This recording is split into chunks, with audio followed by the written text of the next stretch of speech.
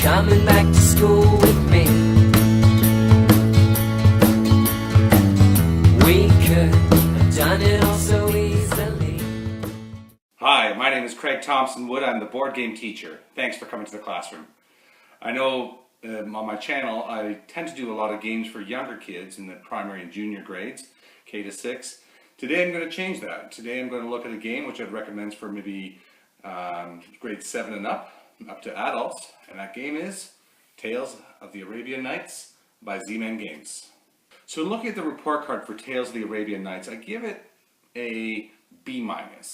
And I give it a B- because it says it plays 2 to 6 players. So it can accommodate numbers that high, but personally I would never play. I think for me the best number is 3, never more than 4. It's just going to take too long to come back around to your turn, and I find that just the downtime gets to be a bit much.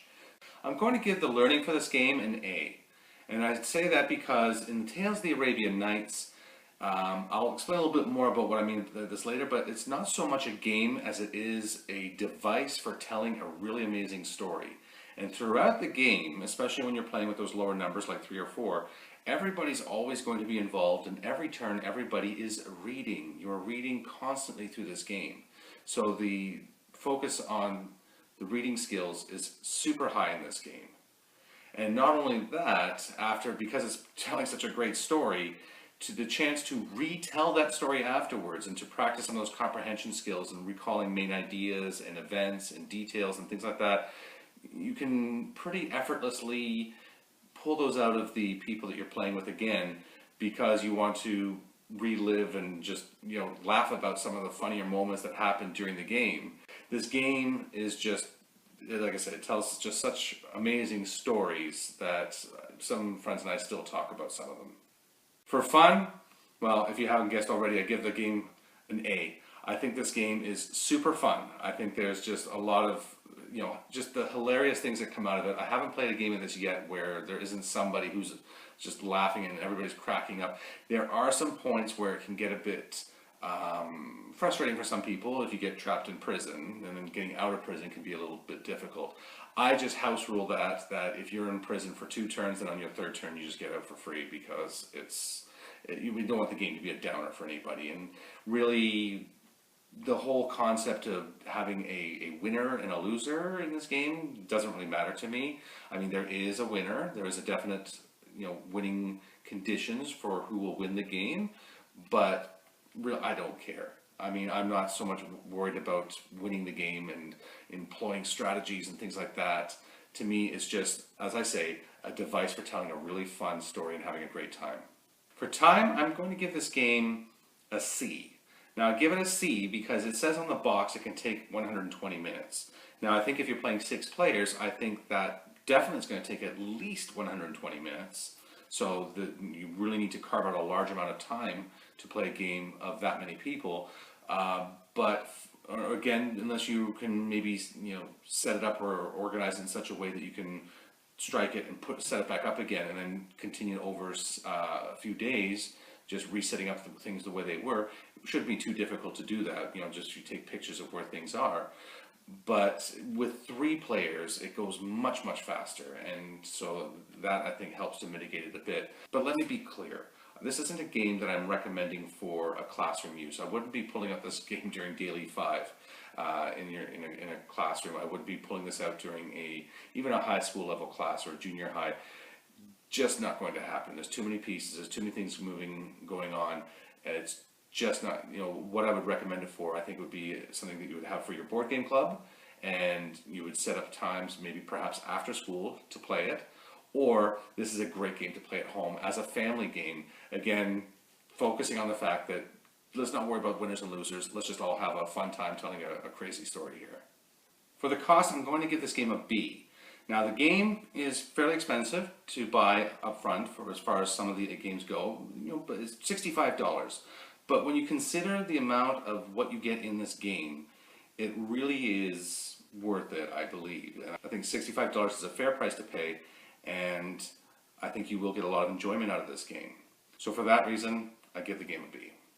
I do want to show you a little bit about what's going on inside the game so you have a better idea of what how this game works. This is not going to be a full rules video on how to play Tales of Arabian Nights. I just want to give you a sense of how the reading of this game works. At its heart, Tales of Arabian Nights is very much like those choose-your-own-adventure books from back in the day.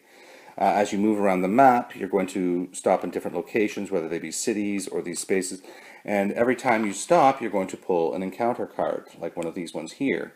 So if I stopped in one of these yellow spaces, I look at the yellow number. If I stop in a C space, I look at the blue number. If I stop in a city, I look at the city number, and I tell the person who is the matrix reader what my number is. So one person's going to have the big book of tales here, and so say I was at number 56, they're going to look at 56, and then I'm going to roll a dice, adding any numbers, adding any numbers I need to add due to my destiny and such. And let's just say at 56 I meet a toothless hag. So they say, you meet a toothless hag. That's what they tell me. And there's a letter C beside there here, so they tell me it's letter C. So then on my board, I'm looking at my reactions I can take for C. So I can beat this toothless hag, I can enrich her, I can rob her, I can avoid her, I can question her, I can attack her, I can follow her, or I can hire her. So with those things then, so let's just say I'm feeling generous and I want to hire this toothless hag. So I will say hire. Then another person, so while the one person is looking at this book, I'm looking at this book, and the third person is looking at this matrix right here. So you see, as everybody's going to be involved in every turn. So remember, it was in C, and she was toothless, and I'm going to hire. So now it says 534.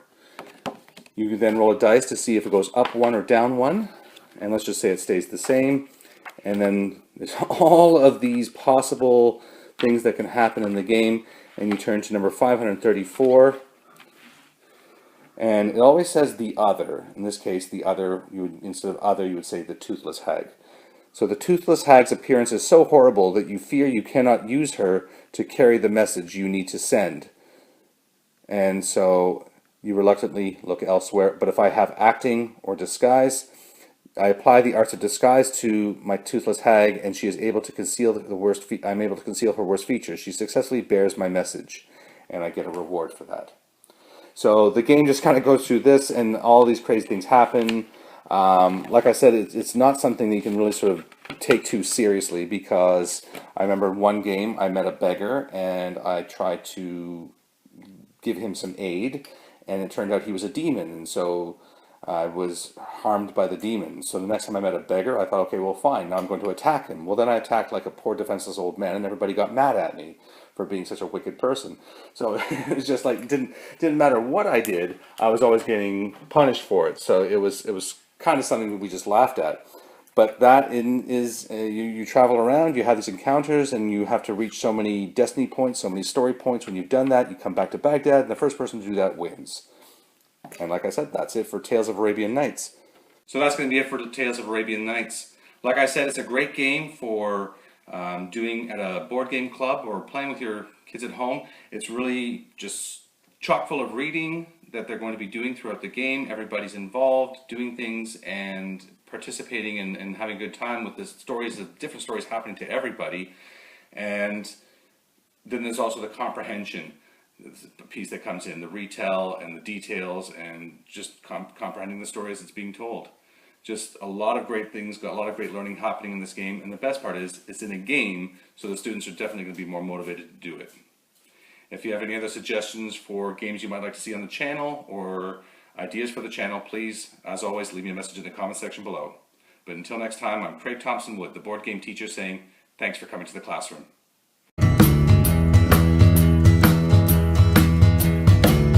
Are you coming back to school?